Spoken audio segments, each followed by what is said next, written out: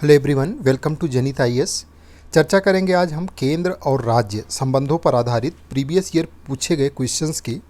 इससे रिलेटेड जो conceptual topic था उसको हमने प्रीवियस वीडियो में डिस्कस कर दिया है।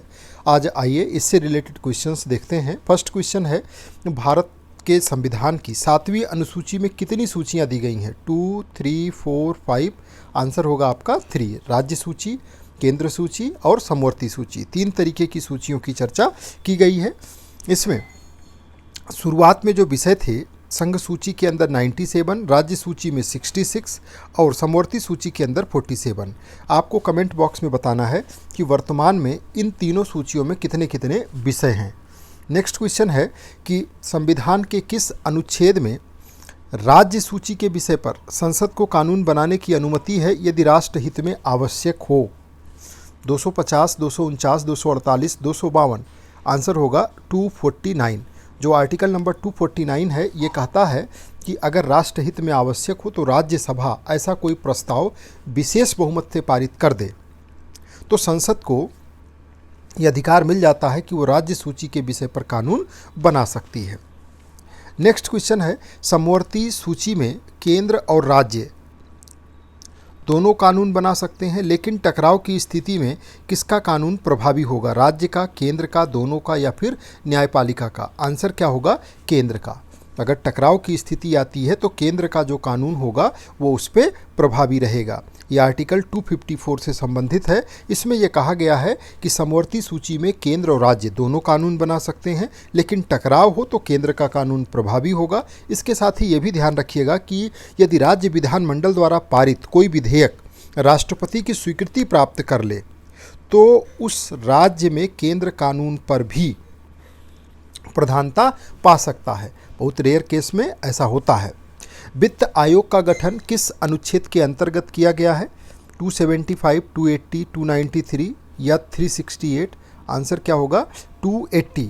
जो आर्टिकल नंबर 280 है वो वित्त आयोग की बात करता है, यानी कि इसमें राष्ट्रपति प्रत्येक 5 वर्ष में वित्त आयोग का गठन करते हैं। इसका मुख्य कार्य केंद्र और राज्यों के बीच करों के बंटवारे की अनुशंसा करना है, राज्यों को अनुदान की सिफारिश करना है, वित्तीय असमानता को संतुलित करना है। ये सहकारी संघवाद को मजबूत करने वाला एक महत्वपूर्ण संवैधानिक तंत्र है वित्त आयोग। नेक्स्ट क्वेश्चन है, राज्यों के बीच विवादों का निपटारा करने के मूल अधिकारिता किसके पास है? संसद के पास है, राष्ट्रपति के पास, उच्चतम न्यायालय या प्रधानमंत्री? आंसर होगा उच्चतम न्यायालय। अगर राज्यों के बीच में कोई विवाद होता है तो उसको समाप्त करने का, उसका निपटारा करने का जो मूल अधिकारिता है वो सुप्रीम कोर्ट के पास है। संविधान का आर्टिकल 131 उच्चतम न्यायालय को ये शक्ति प्रदान करता है। इस प्रकार का विवाद सीधे सुप्रीम कोर्ट में दायर किया जा सकता है और जो निर्णय आएगा वो बाध्यकारी होगा, मानना पड़ेगा। किस अनुच्छेद 356 ये किससे संबंधित है? राष्ट्रपति शासन, वित्तीय आपातकाल, राष्ट्रीय आपातकाल या मौलिक अधिकारों के निलंबन? तो आर्टिकल 356 का संबंध है राष्ट्रपति शासन से, जिसको राज्य आपातकाल के नाम से भी जाना जाता है। जब संवैधानिक तंत्र विफल होता है राज्यों में तो राष्ट्रपति शासन लगाया जाता है, राज्य सरकार को बर्खास्त कर दिया जाता है और प्रशासन राष्ट्रपति के अधीन आ जाता है। इसकी अधिकतम अवधि सामान्यतः 1 वर्ष होती है और जिसे विशेष परिस्थितियों में बढ़ाया जा सकता है और अधिकतम 3 वर्ष निर्धारित किया गया है। जीएसटी संविधान में किस संशोधन के द्वारा लागू किया गया? 100वां, 101, 102, 103? आंसर क्या होगा? 101 नंबर के द्वारा। यानी कि 101 नंबर का जो संविधान संशोधन अधिनियम 2016 में लाया गया, वस्तु एवं सेवा कर को लागू किया गया इसके द्वारा। इसके अंतर्गत 246A, 269A और 279A ये तीनों जोड़े गए। ये तीनों मोस्ट इम्पॉर्टेंट है, ध्यान रखना है। ये अप्रत्यक्ष कराधान को सरल और एकीकृत करने की दिशा में एक बड़ा सुधार था और केंद्र और राज्यों दोनों की भागीदारी इसमें सुनिश्चित की गई है। ये भी सहकारी संघवाद पर आधारित है। आप कहीं भी देखेंगे तो दोनों को इक्वल पार्ट में कर का हिस्सा मिलता है। CGST, SGST दोनों बराबर होते हैं। ये समवर्ती कर है। अगला है, अंतर्राज्य परिषद का गठन किस अनुच्छेद के तहत होता है? 262, 263, 280 या फिर 312। तो आंसर हो जाएगा 263। जो अंतर्राज्यीय परिषद है इसका गठन किया जाता है 263 के द्वारा।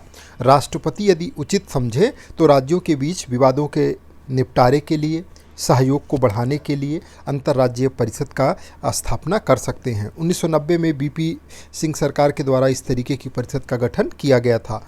उद्देश्य क्या होता है इसका? सहकारी संघवाद को मजबूत करना। वित्तीय आपातकाल किस आर्टिकल से संबंधित है? तो आर्टिकल नंबर 360 वित्तीय आपातकाल से संबंधित है। यदि भारत की वित्तीय साख, वित्तीय स्टेबिलिटी को कोई खतरा पैदा हो जाए तो राष्ट्रपति वित्तीय आपातकाल घोषित कर सकते हैं।